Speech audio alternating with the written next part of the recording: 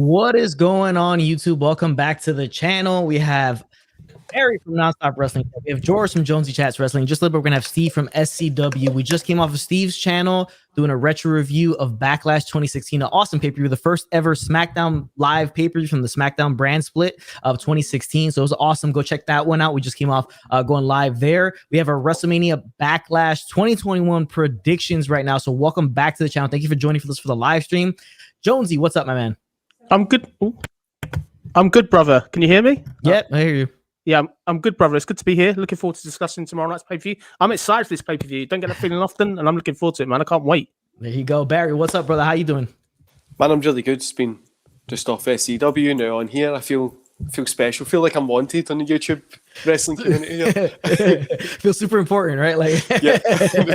That's good, man. Love to see it. You already know these guys. You know Barry, you know Jonesy. So you're probably already subscribed to the channel. If you're not subscribed, go ahead. Steve as well, when he gets in here, subscribe to his channel as well. But WrestleMania Backlash, we have a lot of interesting things about WrestleMania Backlash, the build, the matches, who's gonna win.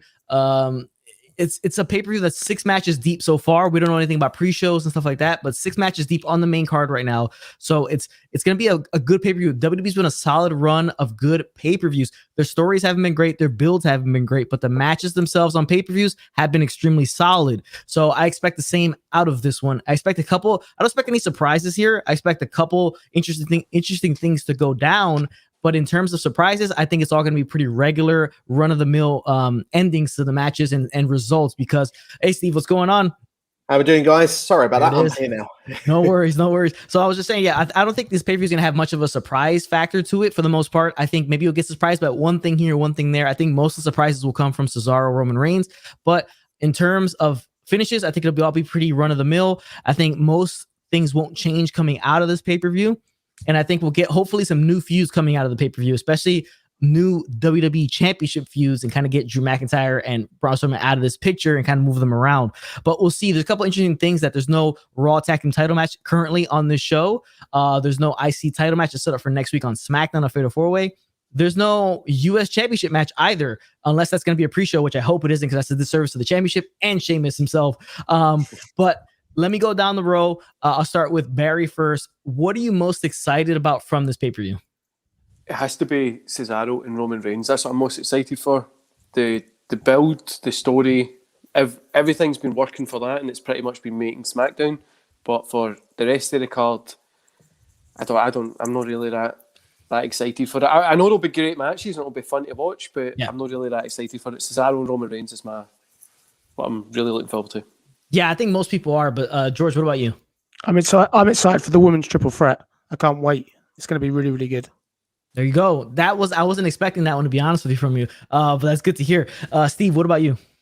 Took the words out of my mouth. The women's triple threat for me, purely because, like you said, it's not really the build that's been amazing, but I mean, Charlotte Flair has been on a different level since coming back to Raw in the last few weeks, and I think that this feud with Asuka and Rhea has missed something, and Charlotte Flair, I think, is that thing, and the triple threat match should be amazing. The 3 fantastic performers, Roman Reigns and Cesaro as well is another one that does come to mind as well. I think both of these matches should be good. And I should really say Cesaro, as I meant to be in the Cesaro section every time I'm on this channel.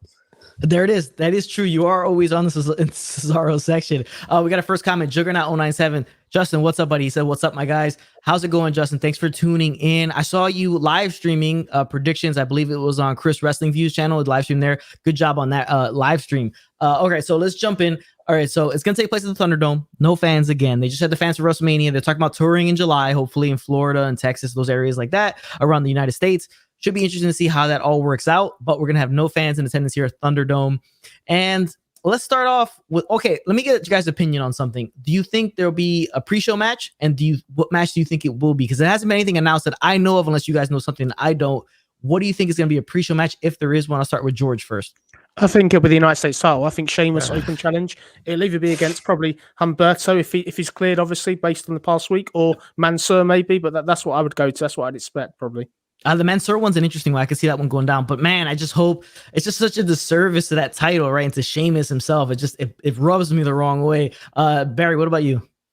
I agree with Jonesy. I think it's going to be it'll literally be US title. Sheamus will be down there or it'll be something with Riddle or something. They'll do something. They'll put probably Sheamus will be put down there, and it'll make everybody a little bit annoyed.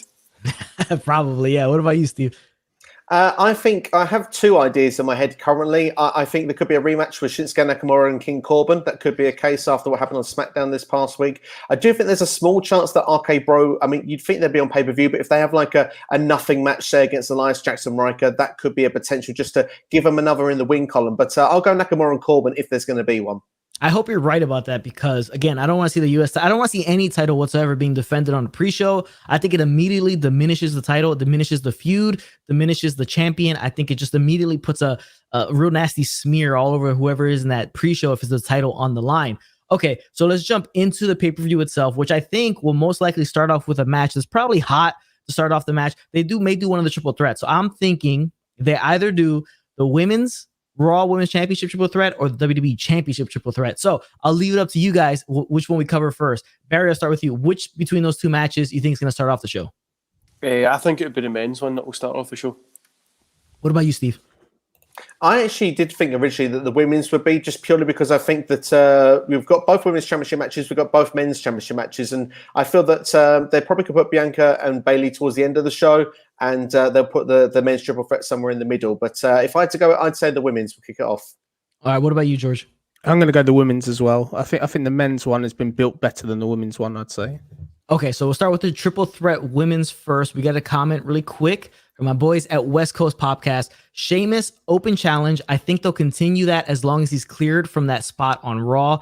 Zach, what's going on? Thank you for tuning in. I appreciate the comment. I think you're absolutely correct on that, which kind of sucks that you're right about that, to be honest with you. But that's the spot they've given Sheamus. I mean, it's a solid spot in terms of giving other guys like Mansoor, Humberto Carrillo, guys like that, those opportunities to kind of finally be on the show. I hope they give one to Ricochet. I hope they give one to Mustafa Ali. Guys like that, give it to Drew Gulak, give it to Angel Garza, get these guys on the show, give them something. They might surprise you. They might pop off. You might catch lightning in a bottle because that's what you're always aiming for, is to catch that lightning in a bottle. And hopefully they can. But since, we picked this match we're going to start off with. Here it is. The triple threat women's match. And you have Asuka, who was the former champion, lost at WrestleMania to Rhea Ripley. You have Charlotte, the perennial champion, the John Cena of the women's division, who she's getting to that point where everybody kind of hates her because she's always there, or you love her because you respect her. And then you have Rhea Ripley, the upstart from NXT, now Raw Women's Champion, winning it in her first match on the main roster, or her first appearance or one of her first appearances on the main roster, coming from NXT during that WrestleMania week. And she took on Asuka and obviously won. So this is the match we have. I'll start off first. I'll do it really quickly and I'll jump to you guys. I don't think Rhea loses this match. I don't think it'll be the right move. I don't think the fans will like it if they do swap the titles here. But I'll kick it over to Steve first. Let me know your thoughts on this match. I think Asuka's taking the pin. I think to try and keep it as brief as possible. I think that's why she's in the match. I have heard from a couple of different places that she may be taking a break at some point. I don't know how true that is, though, because I've not seen it from a source that I would turn around and say I need to believe in that yet. But to turn around and say I hope WWE doesn't take the belt off Rhea Ripley at this point and put it on Charlotte Flair, because although it feels that it would be a big controversial move, at the same time, it's not for me. But there is a small dynamic that could change that opinion, is that Baszler and Jax are no longer the women's tag team champions. Therefore, we've got so many heels on the Raw side. Would it make Rhea go babyface if Charlotte was to actually be so heelish here and start a program with them? So I do see arguments for both sides, but I'm going to stick with Rhea Ripley as the prediction because she's just won the championship and it hurt her so much at WrestleMania 36 last year. I don't want to see that momentum taken away from her again. Now she's just finally got some back, becoming the women's champion at WrestleMania. Yeah, I totally agree. I just think it'll be kind of ridiculous to take the title off her like that quickly. But Barry, I kick it over to you. What do you think? I'm a big Rhea Ripley mark, as anybody who watches my channel knows, but I hope she keeps the belt. But I have a funny feeling that maybe Charlotte might get it, just to kind of ease things over. I know she's been a little bit annoyed with WWE at the minute, so they might give her the belt, make her feel more important, and everybody on Twitter and stuff will probably start shouting. But Rhea Ripley should win it. Yeah, I think she definitely should. Now, in terms of Asuka moving, taking a break, I think that should have happened after WrestleMania because of how bad her booked title run was. But I'll kick it over to George. What do you think about this triple threat match? I think for me, let's break it down then. So Rhea's obviously beat Asuka twice since WrestleMania. She's got 2 wins. We look at Charlotte Flair. Charlotte Flair obviously lost to Asuka on Raw randomly, but she has beat Mandy Rose and Dana Brooke. And when we look at sort of Asuka for me isn't really, besides that Charlotte win, credible. But for me, there's only one winner here. Rhea Ripley has to win it. I think if she loses the belt here, it would destroy the work they've built. Although Charlotte's recent rebirth since she's come back after WrestleMania has been fantastic. It's probably been one of the best things on the Raw side at the moment, I'd say. Now, currently, you have Asuka, who's the babyface. You have clear babyface, clear heel in Charlotte. What is Rhea Ripley? Is Rhea Ripley a heel? Is she a babyface? Is she a tweener? What do you guys think? I'll start with Barry. What do you think? What is Rhea's role here? See, I think you should play it as a tweener because there's that sort of character is. That's how she feels when she was in NXT. That's what everybody bought into her. Everybody liked her. And then when it feels like in Raw, sometimes she's kind of flip-flopping. So I hope she sticks with that kind of tweener stuff, instead of from being a heel or a face, kind of do both, because that's when everybody kind of buys in, and that's kind of our look as well. Exactly. Yeah, I was gonna say the same thing. It's her look, right? It's like a tweener. It's like a badass, right? So I think that conveys itself better as like a tweener in between the two. But Steve, what do you think? I mean, obviously, I like the idea of the tweener, but at the same time, I do feel to myself that Raw is lacking a top babyface on there, and I don't want it to be squeaky clean. I want it to be Austin-like, I want it to be a rebellious babyface. I think that's kind of more the angle I'd want to take it, because I think if you look at things now, Charlotte Flair, Alexa Bliss is supposedly heel as well. With these other ones we've got as well. There's so many on the heel side. There's not enough on the babyface, but Rhea Ripley, in my opinion, has been booked as a heel, especially just before WrestleMania, because she turned on Asuka during that tag team match and during the contract signing as well. She's been teaming with the Raw or with the former women's tag team champions in Baszler and Jax. So to be on that side, that's usually the heel for me. So I would prefer her to switch to babyface. But like I say, I wanted to have that rebel side.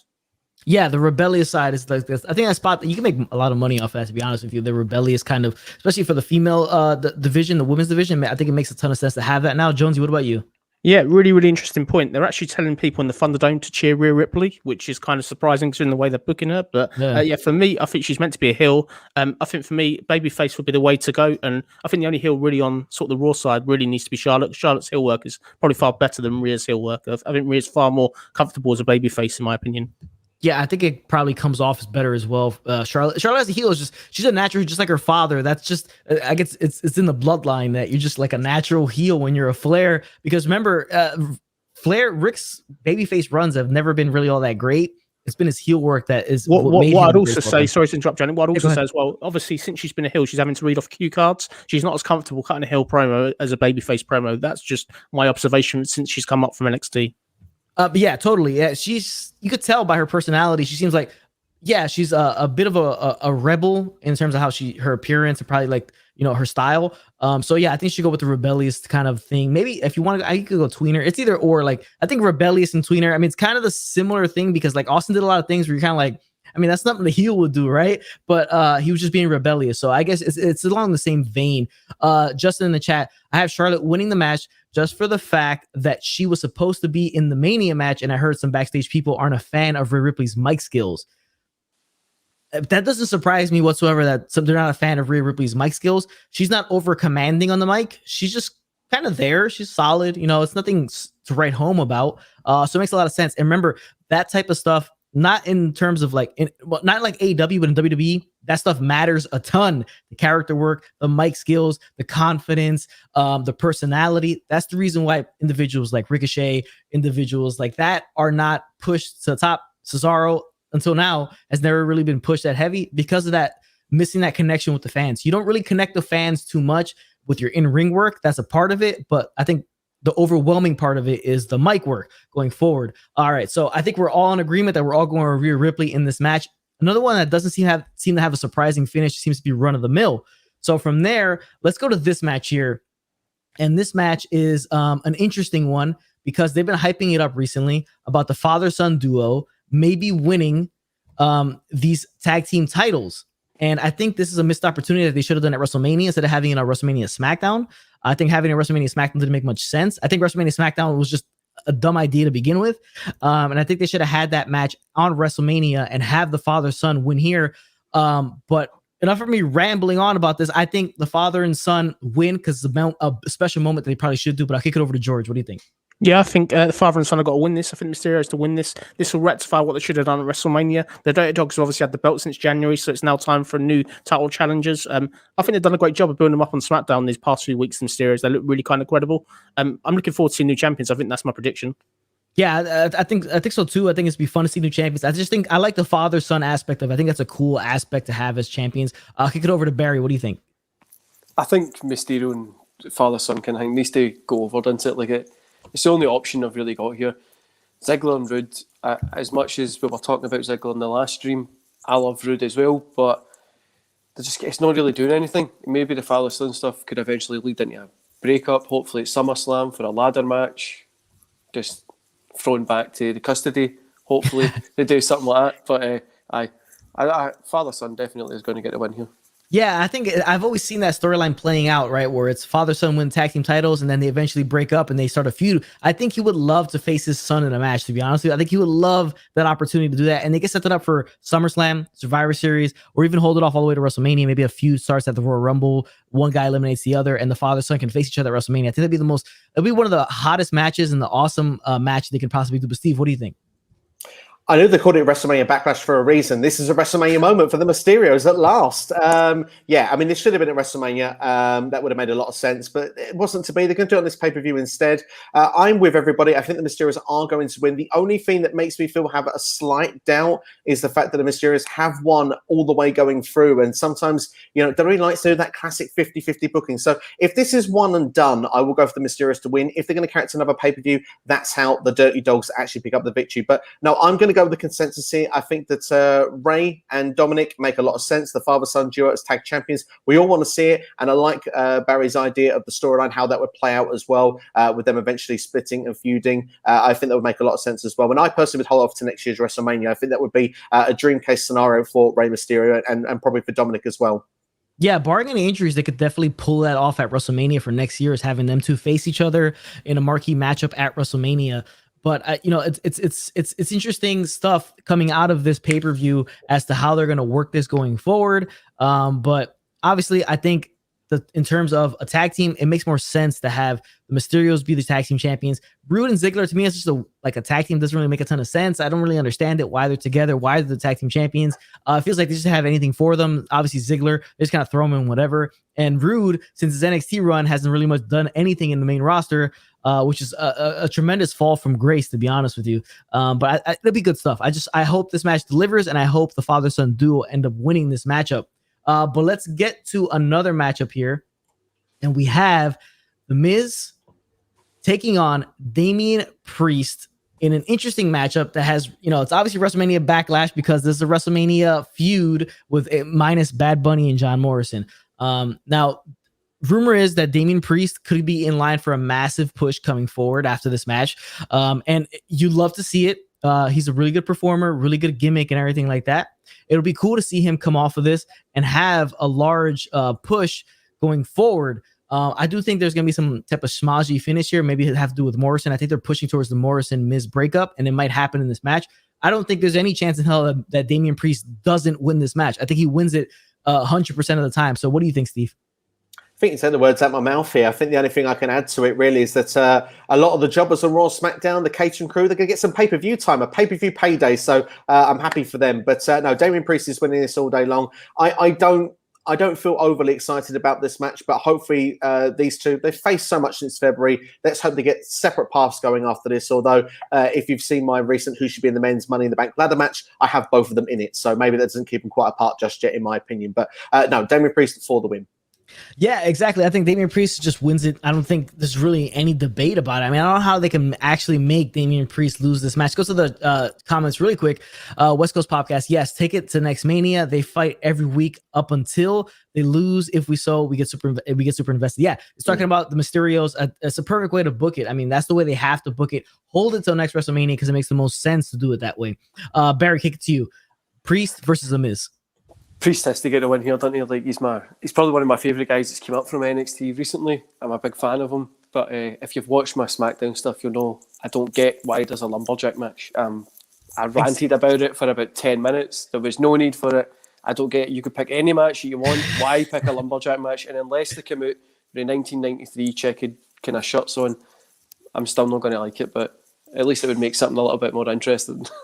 Yeah, like Steve said, a lot of guys from catering get like, you know, out there on camera for a pay-per-view, and it doesn't make a ton of sense as to why he would pick that match. Oh, because the Miz runs away. I mean, like, in all honesty, like it's a lumberjack matches suck no matter who does them. They're always kind of bad for the most part, and I think this is going to kind of follow suit. This might be the worst match on the show, to be honest with you, just because it's a lumberjack match. If it wasn't, it probably wouldn't be, or it wouldn't have a chance, or it would have a chance, but probably not. But I think the lumberjack kind of ruins it from the start. But I'll kick it over to Jonesy. What do you think? Yeah, I think this will be a really, really good match. If I break it down, like Damian Priest, he's unbeaten as a singles wrestler since he's come up from WWE, like from NXT to WWE. Yeah. He's obviously beat John Morrison in 2 fantastic matches recently this month. He obviously had a match against The Miz back in April. That was a win for Damian Priest. Let's look at The Miz. The Miz hasn't won a singles match since he beat Jeff Hardy back in March. So that kind of says it all for me, really. I think Damian Priest is going to win this. He'll get that push you've said.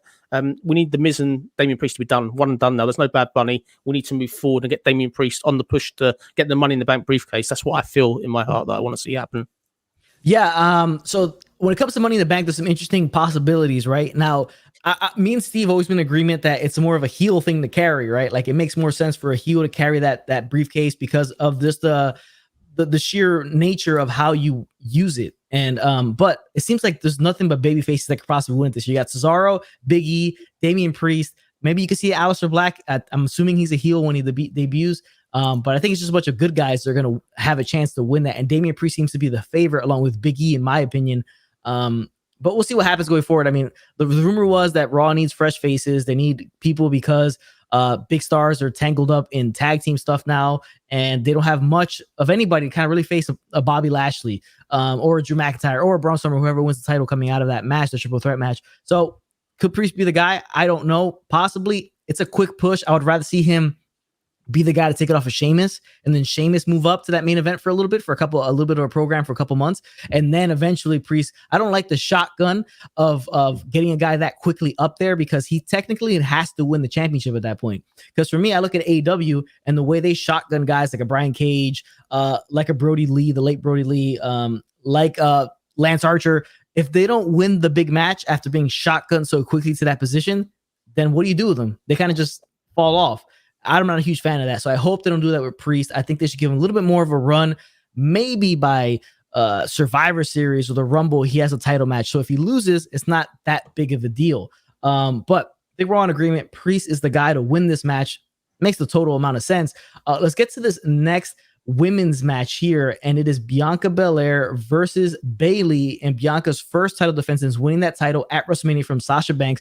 Bayley, the longest running SmackDown Women's Champion in history. She's getting this shot because I think they just want to keep Sasha off TV for a little bit since losing to Bianca, and then slowly bring her back, maybe to get the rematch at a bigger pay-per-view, because obviously Backlash really isn't that huge of a pay-per-view. That's probably why they put the WrestleMania tag on it, so people will get the idea of it's going to be about a lot of WrestleMania feuds and stuff like that, and basically try to make it feel more important than it actually is. But I think Bianca, obviously, I don't think she's going to lose this match. There's not one of these matches where like it seems like a foregone conclusion of who's going to win. How they win is up to debate and up to speculation. But they can go from there. But Barry, I'll kick it to you. Bianca's going to get a win here. Like she has to. She's just Bayley's just there to kind of be like a cool opponent against her. But I'm not a big Bayley fan, so I hope Bianca gets the win. But knowing WWE, they might switch it on us and Bayley gets the win. Because last time we done these, I picked the opposite of everything that happened. So, well, I mean, it's the way so who has the momentum going in here? Not really anybody. Remember, Bayley beats her up last week, beats Bianca, and then this week they have a promo where Bianca kind of buries Bayley a little bit by bringing up the whole Nikki Bella and Brie Bella thing at WrestleMania, saying, while I was winning the title in the main event, you were getting beat up by the Bella twins. So if so facto, she buried the Bellas and Bayley at the same time. So who has the momentum going in? Because you know how wrestling, the properties of momentum kind of don't really apply to wrestling. They're kind of inverse when it comes to wrestling. Whoever has the momentum going into the match tends to be the one that loses the match. But kick it over to Steve. Who do you think's coming out on top, Bianca, Bayley? Yeah, that's what the interesting twist about it is the momentum going in. And actually, Jones and I had a chat earlier this week, and we discussed the idea of actually if we can extend this match to another pay-per-view, because if you get the false finish, that way it keeps Bayley in the picture longer. Because you said there in the last one with Damian Priest, but the same with Bayley here. She's not been in the picture for so long. She comes in for one match, and then what happens? She disappears off the radar completely again. And where do you go from there? But I do think that the long-term goal here, I think Bianca Belair is going to win here. She's going to retain the championship. It's going to be a good job as well, because Bayley, she has been the longest reigning SmackDown Women's Champion. It does add credibility to Bianca Belair's reign instantly. So it's a great choice of opponent. So I am a fan of all that. And I do think Sasha Banks will come back. And I have said this on other podcasts as well. So Anthony, hope you don't mind me saying this on you as a prediction. When it gets that big match with Sasha Banks in a rematch, I think it'll be a 30-minute Iron Man match, like they did with Sasha and Bayley at TakeOver. I believe it was Respect back in 2015. They'll do that with Bianca and Sasha Banks, and it'll probably headline that pay-per-view. Makes a ton of sense. I totally agree with that. That probably seems like the most plausible and most thing that makes sense, right? To go forward with that feud is probably put them in that Iron Man match. It makes a ton of sense. Yeah, that'd probably be that'd be awesome if they end up doing that. It'll give a real shot in the arm to whatever pay-per-view they do it on, unless they do it on a SummerSlam. But if they do it on a smaller pay-per-view and a 30-minute Iron Man match is the main event, I think it'll give it a lot of big push to the actual event itself if it's a smaller pay-per-view. But Jonesy, what do you think? Yeah, I'm really, really excited. This match is going to be fire. I'm really looking forward to seeing what they do. They've obviously had some great previous matches. Interesting bit of trivia for everybody that's watching. The last loss of Bianca Belair in a singles capacity was against Bayley back in December. So they are tied at 1-1. And this will be Bayley's first singles match since February, where she beat Liv Morgan. So I'm excited to see Bayley back in the ring. Even if Bayley's going to lose this, Bianca Belair's winning. My dream is she wins and then we get Sasha come out. But I think they can delay it. So if we go to no contest as well, I'll be happy. But I think Bianca's winning all day long, really. I can't see any other result. Yeah, so it's about maybe they're prolonging it, and then Sasha causes the ending of the next match, and that's how they get into the Iron Man match that Steve was talking about. Could possibly be because the next pay-per-view is Money in the Bank. Yep. Yeah, Money in the Bank. And then after that is what? Probably Extreme Rules, but I have heard that it's Extreme Rules. They want to reshuffle the deck, though. But they want to reshuffle the deck, so I wouldn't be surprised if we have a different name for it by the time it comes around. I mean, here's hoping it's Great Balls of Fire. Next thing in the chat, West Coast Pops, Zach again. I'm pretty sure Sasha is filming The Mandalorian. Probably, yeah, it makes sense. But if the stupid ass waste of time Bella brothers show up, I riot. Obviously, Zach not a Bella Twins fan. Yeah, I don't want them to come back either unless they're trying to go for the tag team titles, because those belts don't really mean much of anything anyway. So it's a good spot for them to come back and tend to just work as a tag team for the first time and just trying to go for those titles. So if the Bellas do come back, I'd be for that. I'm assuming they're going to have some type of involvement because they had them get physical with Bayley at WrestleMania. Bayley called her out in the bump recently. I could see them definitely coming back. I remember Jones was telling me a while back that the plan was for them to come back, win the women's tag team titles, and I think Nikki be on creative for the women.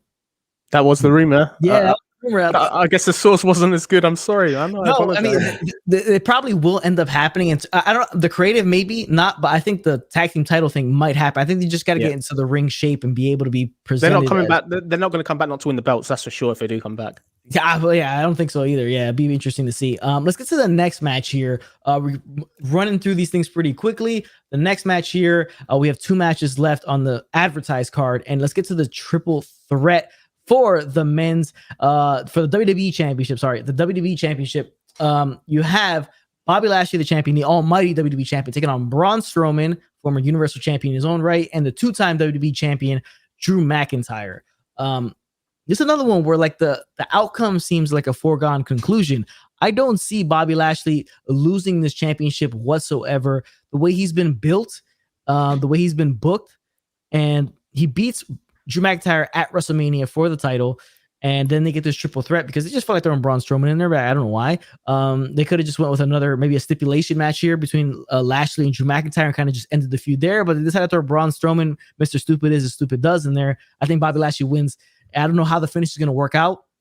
Who gets involved? Does MVP have a say in this? Who gets pinned? I think maybe Strowman is in it just to take the pin so McIntyre doesn't lose any steam. But it's a match I'm not extremely excited about, to be honest with you. But I'll kick it over to George. What do you think? I think this is going to be a really, really good match. Although we've seen a lot of this on Raw, I'm really kind of excited. The work they've done on Braun Strowman since WrestleMania is fantastic. The rebuild, the fact they dropped them silly noises. This guy feels really fresh now to me, which is good. He's obviously got this big win over Drew recently on Raw, which was quite good. When we kind of look at this, Drew McIntyre's doing a lot of jobbing at the moment. He's putting over people, which is good. Lashley is looking strong for me. The winner is Lashley. The way it ends will be, I think, either T-Bar and Mace will get involved, or which will make sense of what we saw 2 weeks ago on Raw, or we're going to get Jinder Mahal and Shanky and Veer making their big sort of cameo, really setting their intentions on Drew. I think that's the way they need to do it. I don't think anybody should be losing clean in this match. I think this is one where Bobby needs to win, but I don't think they want to bury Drew further with like a clean pin, if that makes sense. No, it does make a ton of sense. Yeah, I think somebody else take the pin, or it'll be like a smoshy type of finish. That's interesting. The Jinder Mahal, so that's interesting if that would happen.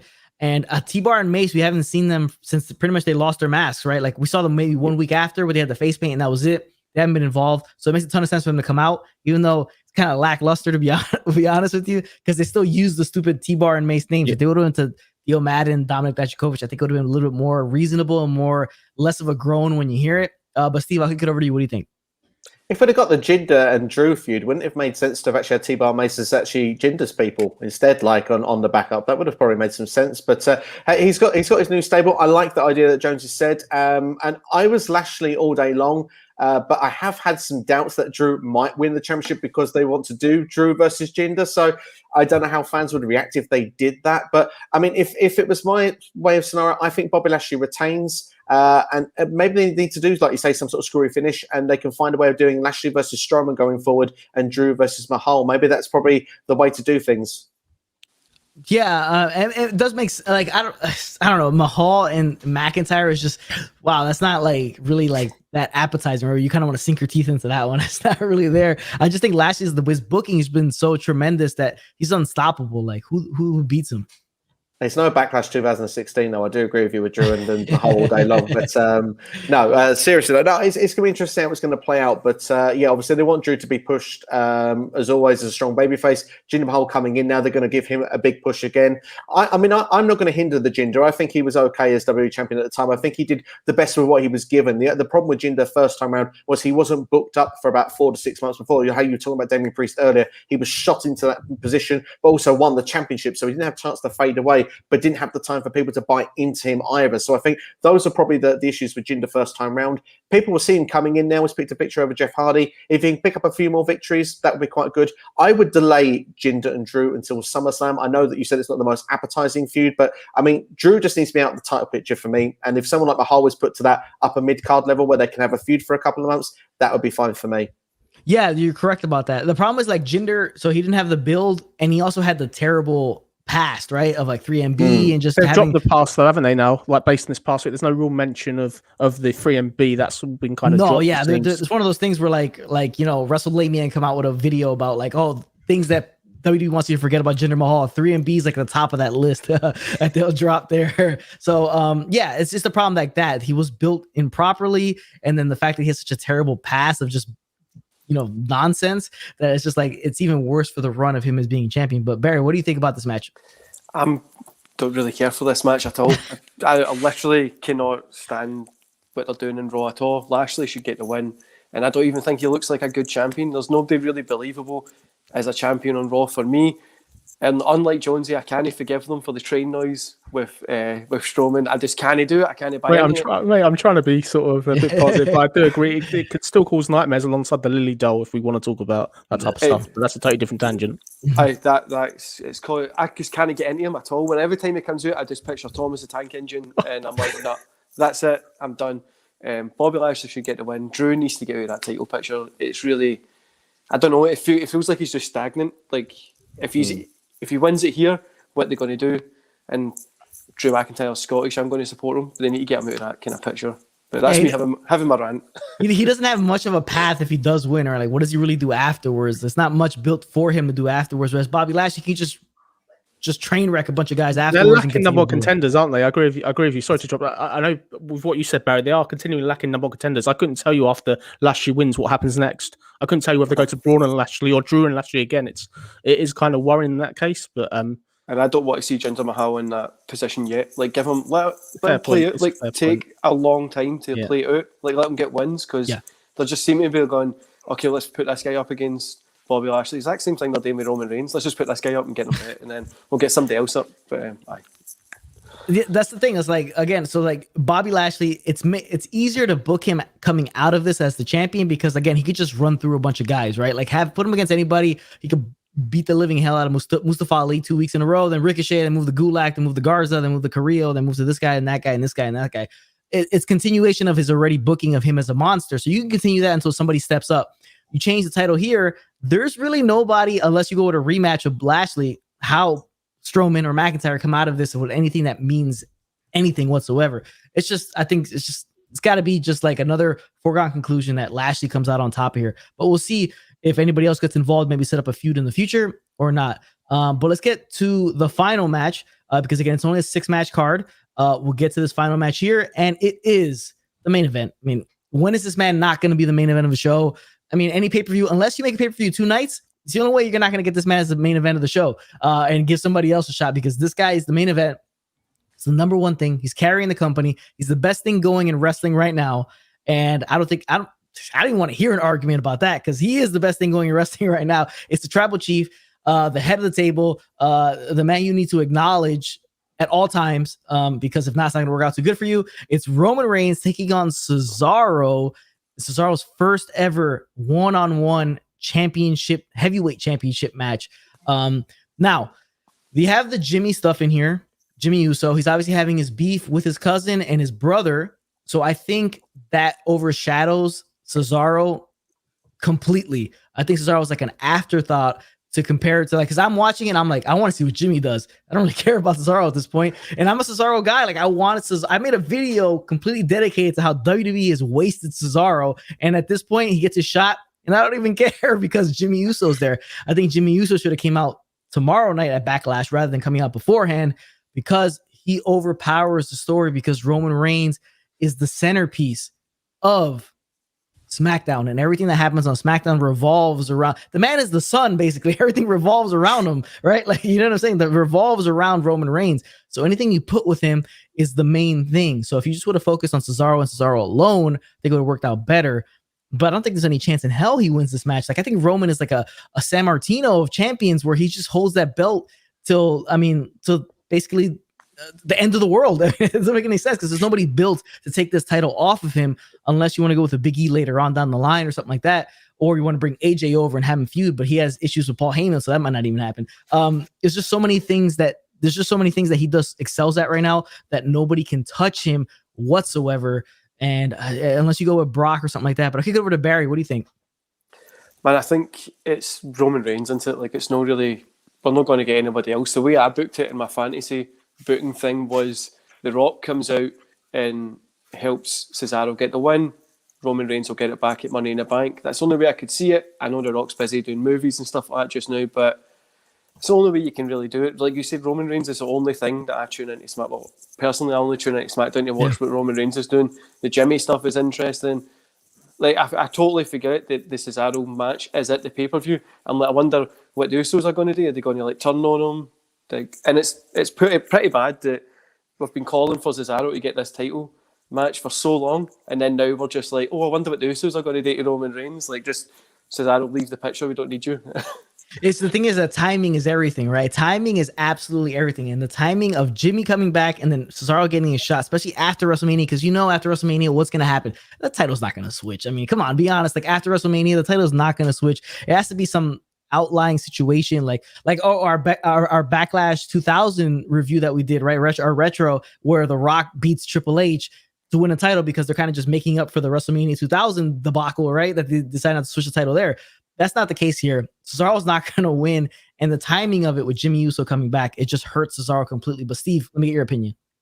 No, I'm in my Cesaro section here, so I've got to say, I agree with you both. There's nothing I can really argue with any of this here. I mean, the thing is, I'm so pleased to see Cesaro in the position, and he's had a great year. He's having the best year of his career. There's no arguments about that. I mean, he beat Daniel Bryan twice in the build-up to WrestleMania. He's beat Seth Rollins at WrestleMania with, of course, that UFO, which we've seen about 15,000 times since, and as well, of course, with the King of Swing stuff is back again, and getting the win over Seth Rollins to get in this position. It's great to see Cesaro having this, but yeah, the timing of Jimmy Uso coming back is key, because clearly WWE has a vision long term, and Cesaro is the stopgap now. And unfortunately, I'm a bit concerned of where it goes next for Cesaro after this. I guess Money in the Bank is perhaps the natural fit to what they can do. But there's no way that Roman Reigns is not winning this match. But the Usos is the interesting dynamic because, I mean, you mentioned above there about The Rock coming in and doing so, but Jimmy Uso is not really on side yet with the Tribal Chief. And,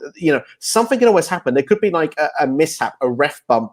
These matches don't have to be clean when you've got this happening here. And Jimmy Uso could perhaps try and do a super kick, misses, or even Jay does it and hits Roman by accident. It causes that dynamic on SmackDown. Well, did you do that on purpose? Has Jimmy got in your ear, or are you actually with the Tribal Chief? It kind of pulls Jay in a different direction. So there's lots of fun twists and different ways it's going to be. The one thing I will say in pro Cesaro, because hell, I'm in that section, is I think he's going to be a very game Cesaro. They're going to give it a start, try and make it as best star-making performance as possible. I think with it being currently a six-match pay-per-view, I think this match is getting at least 25 to 30 minutes. Yep. And I think Cesaro will have a chance to shine in that way, where the last 5 minutes then probably will be to the shenanigans. But Roman Reigns will be my choice to win. Yeah, we have two different things going on here. So we have Jimmy, who plays a part with, obviously with his issues. We also have Rollins, right? Because Rollins still has issues with the Usos, and he has issues with Cesaro. So does there a way where not Cesaro wins the match? Or I don't think they'll go with a smodgy DQ finish, to be honest with you. If they do, maybe they would have prolonged it. But does Seth Rollins come in, cause an issue where he gets a title shot at Money in the Bank, so freeing up Cesaro to win Money in the Bank? So he gets a title shot against Reigns at Money in the Bank, and then you have Cesaro winning Money in the Bank. Could they do that? Could they do a triple threat and completely get Cesaro out of the Money in the Bank picture? We could see that as well. Be interesting to see. But Jones, what are your thoughts on it? Yeah, I'm really, really excited. I think this is such a fresh match. I think they've done a fantastic job. WWE have done a really good job of building Cesaro this year. The 2 wins over Daniel Bryan. Forget the Elimination Chamber. That was just a blip. But the rest of the time, this guy is on a fantastic win run. Obviously, he's beat Seth Rollins, as Steve said. He beat Seth Rollins twice. We got that at the throwback, and we got a WrestleMania. Looking at Cesaro, this is a Cesaro that's nearly on a year now without losing a singles match. I didn't know that. That's a fantastic run he's on. When we look at Roman Reigns, obviously, this guy, as you said, doesn't lose matches. He hasn't lost a match since 2019. I say that every single month. It just continues. When we look at how strong this guy's beat Daniel Bryan 4 times this year. He's on a really good run. For me, I think obviously Roman Reigns is winning. I expect Jimmy and Jay to be involved. I think this is going to be the point where Jimmy swerves Cesaro, and it'll be like he was with Roman all along. I think that's kind of what they'll do, but it's a lot to happen sort of with 2 weeks build, really. But I think that's what they'll probably do. It doesn't seem to be very long term, this storyline for me. Definitely, it doesn't. Yeah, and it's just so many ways you can come out of it, like how you work it coming out of this and how you go forward. But I mean, think about it. Cesaro's been on this run, and it still doesn't feel like he's gonna win. Like, that's crazy. Like the fact that he's got on this match so strong. Like exactly. the comparison you made earlier with Backlash 2001 was a really good one. Let's compare it like this. So at that point, The Rock and Stone Cold, or The Rock and Triple H, are kind of neck and neck. The way that this match feels is almost like it's the Brooklyn Brawler going against Stone Cold Steve Austin for me. It feels that Cesaro's far better than the Brooklyn Brawler, obviously, but just the chance of winning it's just not competitive. It's almost like getting Taka Michinoku facing, I don't know, a prime Triple H. It's just not going to kind of happen, is it? Let's be fair, unfortunately, for Cesaro. It's definitely not in the timing of it. Yeah, go ahead, Steve. He beat him once, did he? He beat him once, yeah. On SmackDown. That point's fouled then. There you go. So this could be that one time. You only need one time. Right. You only need one time. This could be a time where was Triple H world champion at the time though? That's I think so. If my memory serves me right, I think Triple H was world champion. But it obviously was a non-time match, and I think it was a fluke thing done. Okay. We'll get the stat checkers on that one to see if he was champion at the time or not. But quick Cena Nation dog. Rated R for wrestling, a lot of YouTubers here, LOL. You already know I collab with everybody, and these are my main guys that I always collab with all the time. So shout out to all these guys right here because I always collab with them, along with a bunch of other guys, but these are my main dudes right here. All right, so Cesaro and Roman Reigns. I don't think there's anybody on the planet that thinks Cesaro's going to win this match, or he could win it by DQ or something like that, but he's not going to come out with a title. No contest would be the best way to go, I'd say. I'd love to see a no contest. I can't believe I'm saying that, but it will continue the feud to Money in the Bank. It gets another month out of it. It gets Cesaro out there without losing any credibility that he's built over the last few months, because if Roman destroys him and he just beats him up after the match, it's just very negative. It doesn't really do anything for Cesaro. It definitely doesn't. Yeah, and I think Reigns going on a more than a year-long run. He's at over 250 days now. He's going to go past the year. I mean, I could see him going 2 years, but it's not really plausible in WWE, but I would be okay with him going a 2-year run as a champion. It's just, I don't know. The timing of this is just weird. Cesaro's tremendous run he's been on, an absolute monster. Now, I talked about this on my SmackDown review. He finally cut a good promo. He finally did. He cut a solid promo on Friday Night SmackDown talking about his match against Jimmy that night and how the WWE Universe after Backlash is going to acknowledge him as Universal Champion. That was a nice little punctuation on his promo, but he finally cut a good one. That's always been the thing holding him back is his promo work, and he has a connection with the fans, more a connection due to his in-ring work, but also the fact that he's so overlooked by management that people latch on to him because of that. I guess in defiance of Vince McMahon. But I just want to get your guys' opinions. I'll start with Barry first. How do you see Cesaro? Do you see Cesaro ever winning this title eventually by the end of the year? By the end of the year or something like that? The realistic answer is no, but I think that if there's a possibility he gets the win here, then he drops it back to Roman Reigns Money in the Bank. We could have like a little thing with Jimmy J, Roman. That's the only way that I could see it. They're not going, unless he goes to Raw or something and tries to liven up whatever they're doing in Raw. There's no point in dropping to Roman Reigns. Like, Roman is literally the only thing in WWE that's really booked correctly, feels good, feels real, and Cesaro's not going to take that. Like Jonesy says, it's like Brooklyn Brawler against Stone Cold Steve Austin. It's like, why is this guy even in this ring? There's so much they could do. They could do a Seth. Like, put Cesaro and Seth again. That would have been better. And just let Roman Reigns go out and speak with Paul Heyman. That would have been even better. But it's going to be a great match. But for me, it's one guy's going to win it. I think so too. Let's get to this comment real quick. It's a funny one. West Coast Bob Zach says, Anthony keeping food on the table for everyone. I mean, acknowledge me, all right? Just remember that. Acknowledge me. Funny little thing from him. CN Nation Dog says, radar for us. And did you know Seth Rollins' first WWE champion reign is long than all of Roman's WWE championship reigns, not world championship, just WWE? So you're saying that Seth Rollins' WWE champion reign is longer than all of Roman Reigns' WWE champion? I mean, yeah, he's Universal Champion a few times, so it makes sense. Yeah. Michael, my brother, Roman is the head of the table of wrestling for the foreseeable future. Yes, I totally agree with you, Michael. Completely, like on all fronts. I talked about this in my SmackDown review.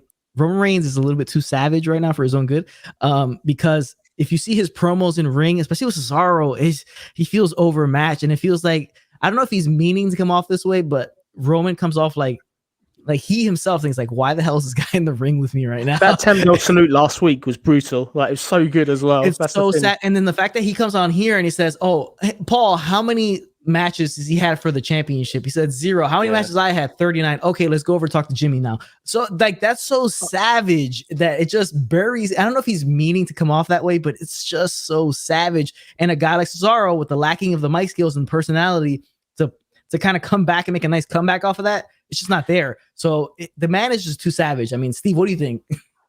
I'm pleased you've come to me now, because actually it does remind me back of 2017. Do you remember when John Cena absolutely ruined Roman Reigns on the mic? Roman had no comeback to everything that was going on at the time. And you see Roman Reigns now in the position he is now, is the heel, is the tribal chief. There is a way that characters can develop. Like you said, Cesaro, he is improving. I do quite enjoy his dad jokes as well when he does actually throw them out, probably more on YouTube than anywhere else. But the thing is like, Cesaro, there is a chance somewhere further down the line. I know you threw that question earlier on. I can only see it on Raw as well. I see Roman Reigns keeping this championship till WrestleMania next year. If I had to predict right now who I think will be taking it, I think it'd be Drew McIntyre. But it's hard to say really what's going to go down. But Roman Reigns right now, like you say, he is savage, but it's what's putting him on the level above, because we need to start getting people on this level. Roman is a guy that is head and shoulders above. He needs to get up there so that people then can have to fight to get to his level. Like, if anything, he is actually the head of the table, because technically he's almost like the fisherman right now. He's throwing out the words so people to try and pull them up with him. So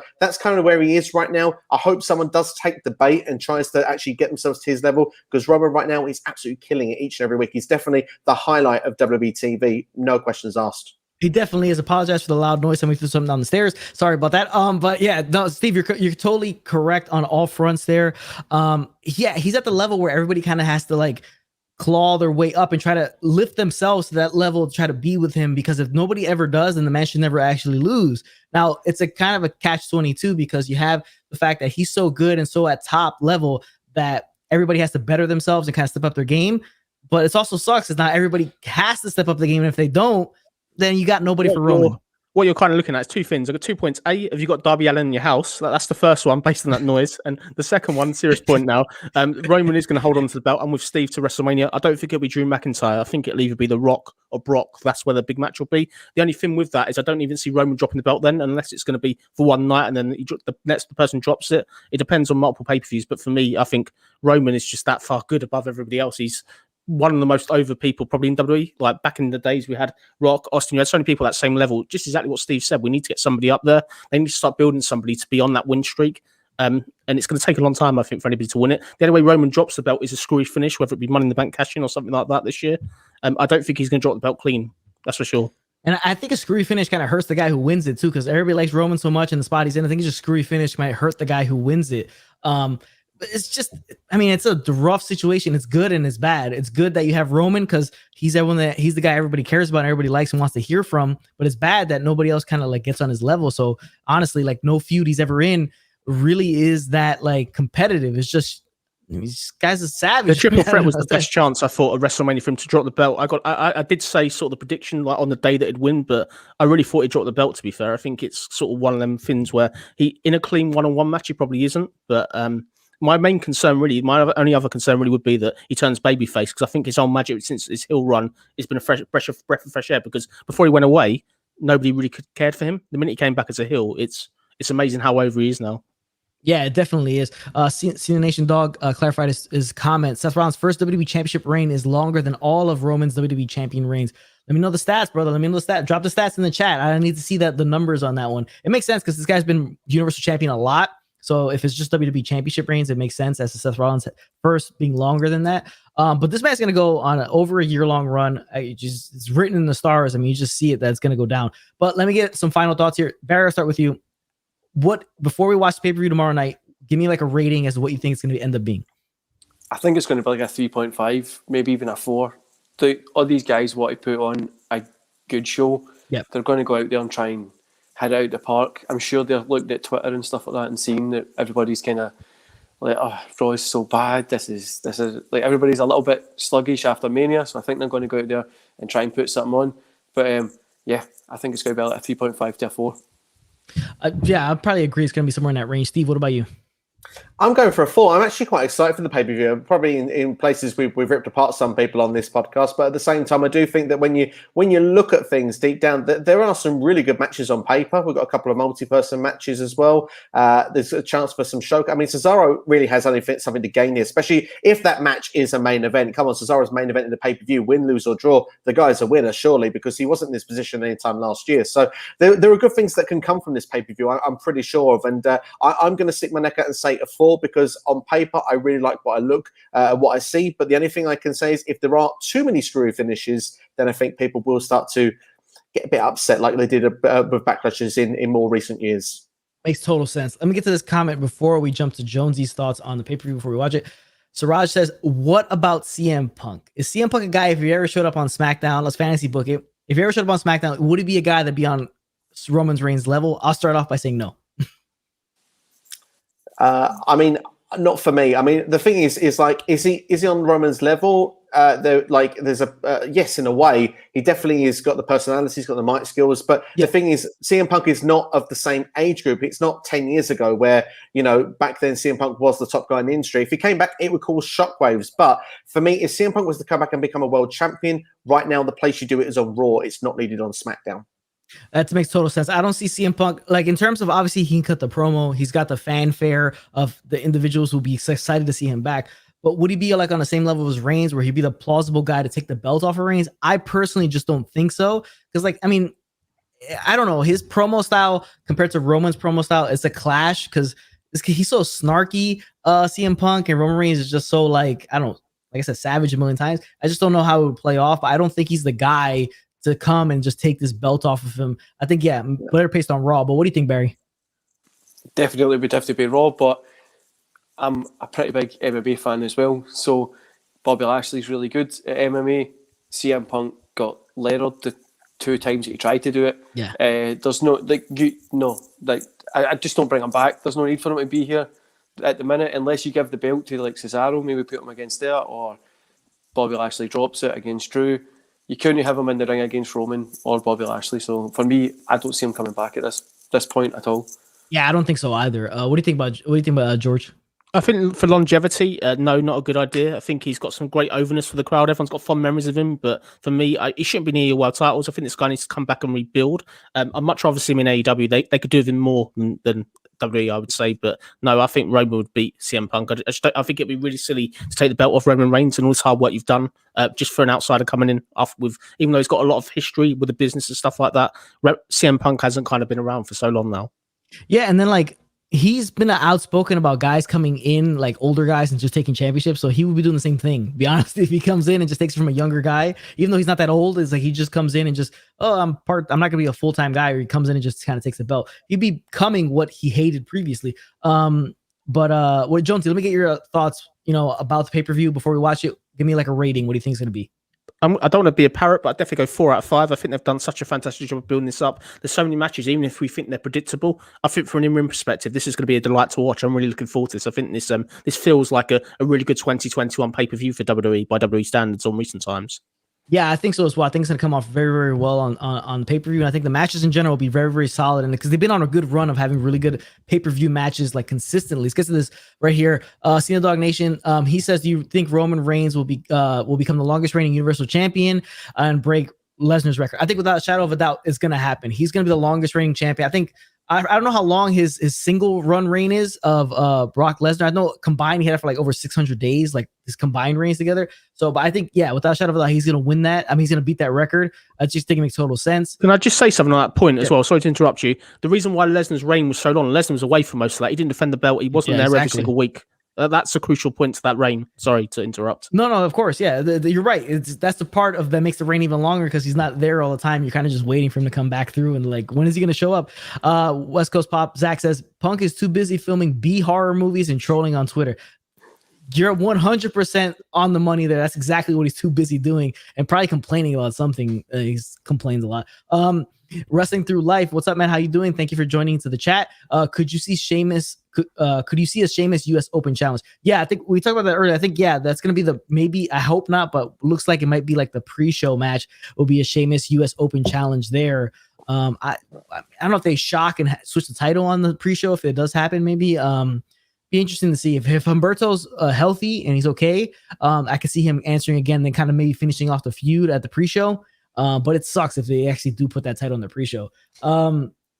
All right, so wrapping this predictions up, what match do you guys think is going to be the best match on the show? I'll start with Steve first.